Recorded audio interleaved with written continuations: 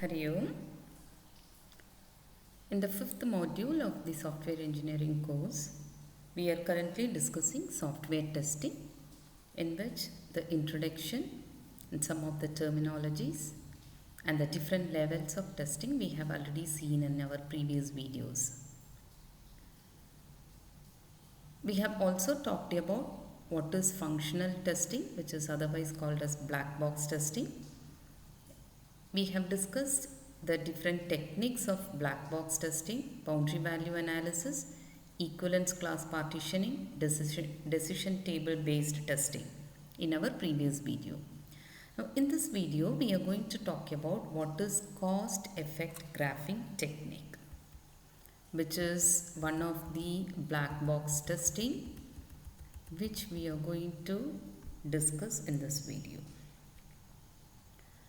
Now, if you take the previous techniques which we discussed already, the weakness of boundary value analysis and the equivalence class partitioning is that these techniques do not explore the combinations of input circumstances. If you have some conditions and the combination of these conditions are not being considered effectively in the case of boundary value analysis and equivalence class partitioning. So these consider only single input conditions. However, the combination of inputs will result in interesting situations. Some of the combinations may give you some interesting situations in your software. So these situations should also be tested in the software testing. So what I try to tell you here is, if I am going to have a particular condition, then it may lead to a particular action. At the same time, if the condition is not happening, it may lead to another action also. Sometimes I may have more than one conditions combined together that may result in a particular action, or more than one conditions combined together and negated may give you another action also. So these kind of representations and testing can be done only by cause effect graphing. So this is a technique that will aid you in selecting in a systematic way and a high yield set of test cases. Let us see what are they. So it is generally used to explore the combinations of inputs. When I say combination of inputs, these may result in different situations. And this is a very systematic way, and it generates a high yield set of test cases. So maximum number of test cases, or whichever test case that can determine maximum errors, can be designed using cause effect graphing. That is what you mean by high yield set of test cases. So when I design test cases based on this cause effect graphing technique, these test cases can determine more number of errors or faults comparing to the earlier techniques. And this is the best method to detect incompleteness and ambiguities. So whenever you have ambiguities arising in your software, that can be easily detected using the cause effect graphing technique. And this will generally have a directed graph, that is why we call it as graphing technique. This will produce a directed graph which will map to set of causes and set of effects. So these causes is the one that we mean by the conditions, and the effects are the one that we mean by the actions of that particular program or the code. Now this is what you call as cause effect flow diagram. You will have different causes. So if all these four causes are happening, it may lead to a particular effect. Or I can put it this way, if all those four conditions are happening simultaneously, that may lead to one action, which you may call it as an effect. This is a simple diagrammatic representation of cause effect flow diagram. Let us see What are the different steps to derive test cases using the cause effect graph? So the first step is you have to identify what are the causes and what are the effects in the given specification. So you are given with a particular problem. For the problem you have developed a software. So for that particular software, what are the different causes and what are the different effects that must be identified. And a cause, as we all know, it is going to be an input condition or it may be an equivalence class of input conditions. One condition from a particular equivalence class, or you can have different unique distinct input conditions can be called as a cause. At the same time, the output condition or the action or the system transformation can be called as an effect. Now, in the second step, what we are going, so once you have identified the causes and effects, you go for the semantic content of the specification will be analyzed and it will be transformed into a Boolean graph linking the causes and effects.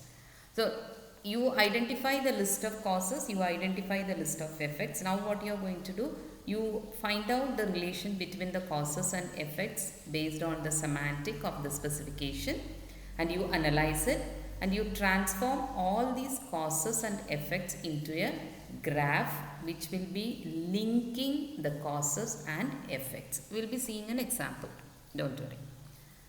And then you are going to impose the constraints. Then you are going to convert the graph into a limited entry decision table and each column in the table will be representing a test case.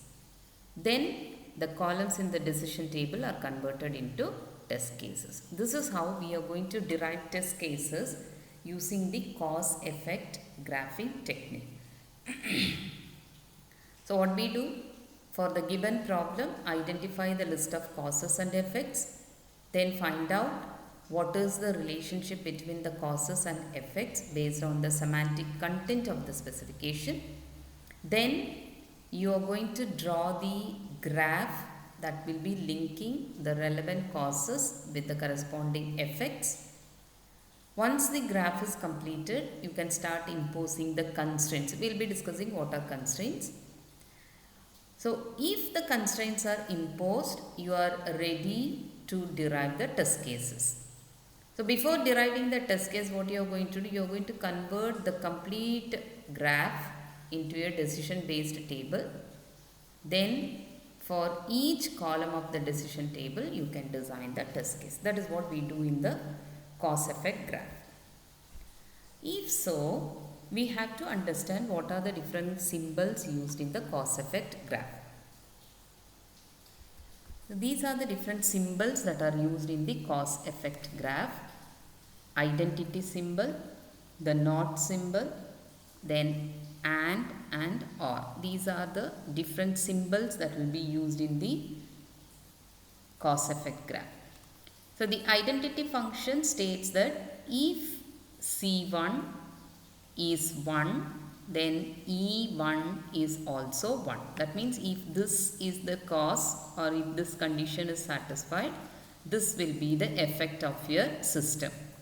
If this cause happens in your system, this effect will happen. So if C1 is 1, E1 will also be 1. Whereas the not function represents if C1 is 1, E1 is 0. If C1 is 0, E1 will be 1. That means if this cause does not happen, E1 will happen. If this cause happens, E1 will not happen, the negation. Whereas the OR function states that if C1 or C2 or C3 is equal to 1, then this effect will happen. That means if any one of these causes happened in your system, this effect will happen. It may be C1 or C2 or C3.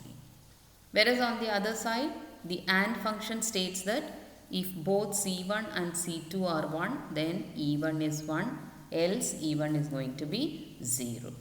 And remember, the and or functions are allowed to have any number of inputs. It's not only 2 or 3. You can have any number of inputs for and or function. Okay. Now let us see an example of these cause effect graph. Let us take this example. This example is also available in your prescribed textbook. Let us say the characters in column 1 must be, there are two columns in a table, let us assume. In column 1 you can have A or B, and the character in column 2 must be a digit. So in this situation the file will be updated. That means what? If column 1 is having A or B as a character and column 2 is a digit, then the file will be updated. If the character in column 1 is incorrect, then message X will be displayed. If the character in column 2 is not a digit, message Y is issued. So what are the causes here? Now what is the first step? We have to list the causes and effects. What are the causes here? First cause is character in column 1 must be A, or character in column 1 is B, or character in column 2 is a digit. These are the three possible causes that I will have in my system. What are the effects?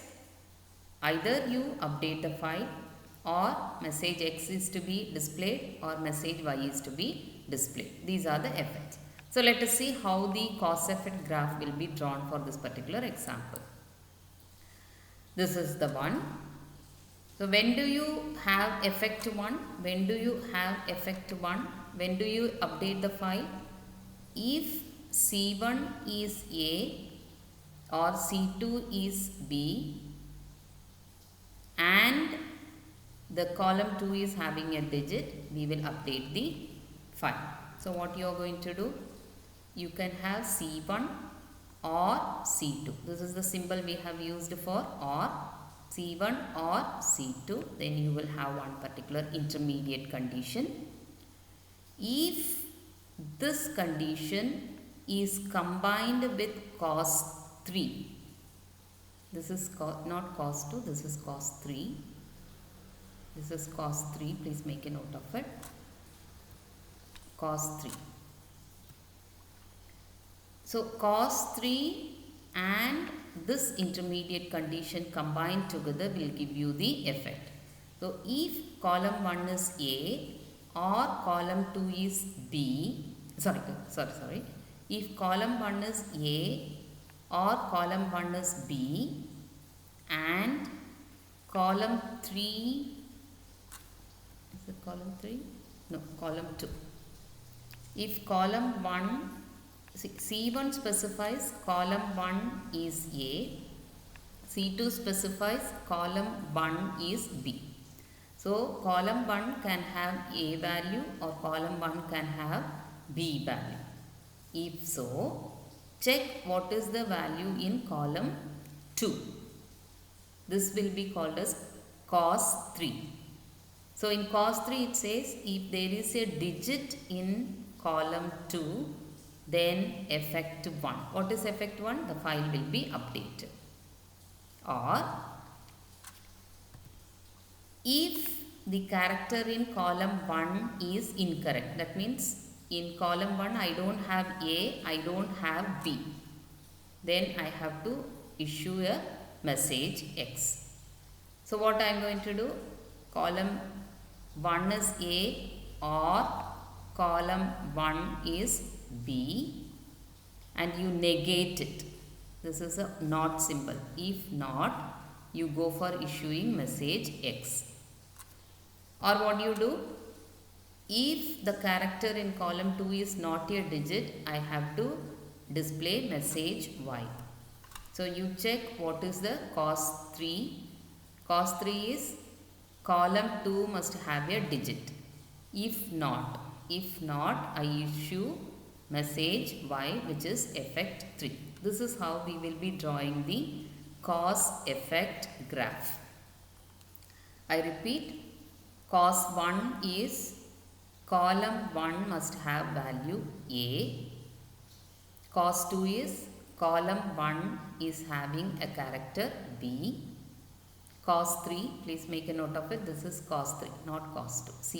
It is not C2, it is C3. C3 says column 2 must have an integer. These are the three causes we have identified. These are the three effects we have identified. Effect 1, effect 2, effect 3. Effect 1, file will be updated. Effect 2, message X will be displayed. This is message Y will be displayed.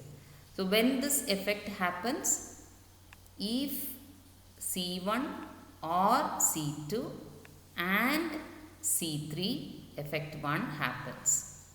When this message X is displayed, if column 1 is not having A or B, this is A or B. If not, then message X will be displayed. When do you have effect 3? If C3, what is C3? Column 2 does not have an integer, column 2 must have an integer. So if it does not have an integer, effect 3 will happen. So this is how the cause effect graph will be displayed. Let us see another example. If these are the different causes, the triangle example we are going to take, the different causes are, what are the different causes? X is less than sum of y plus y and z. Y is less than sum of all those things. In the decision table, I think all these conditions I am going to represent as causes, and these actions I am going to represent as effects, right? So that is what is given here as the second example. See, all the conditions we are specifying as causes, all the actions we are specifying as effects.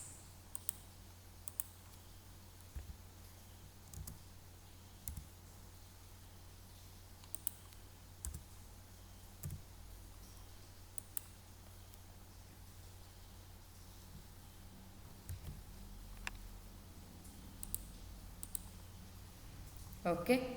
So if this is the list of causes and effects you have in the system, what will be your diagram? Cause effect diagram will be like this. So if all these three causes are false, it is not a triangle. If C1 and C2 is producing E1, and if E1 is not, it may lead you to E2. Or I can have, I think, yeah. The same way, take C1 that leads to an intermediate effect E1, and if it is not E1, then it is going to be E2. I'm sorry, I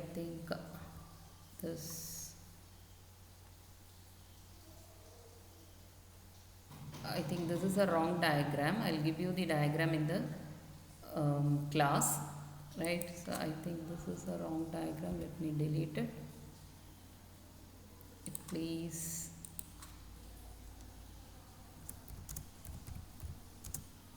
And the class I will give you the diagram.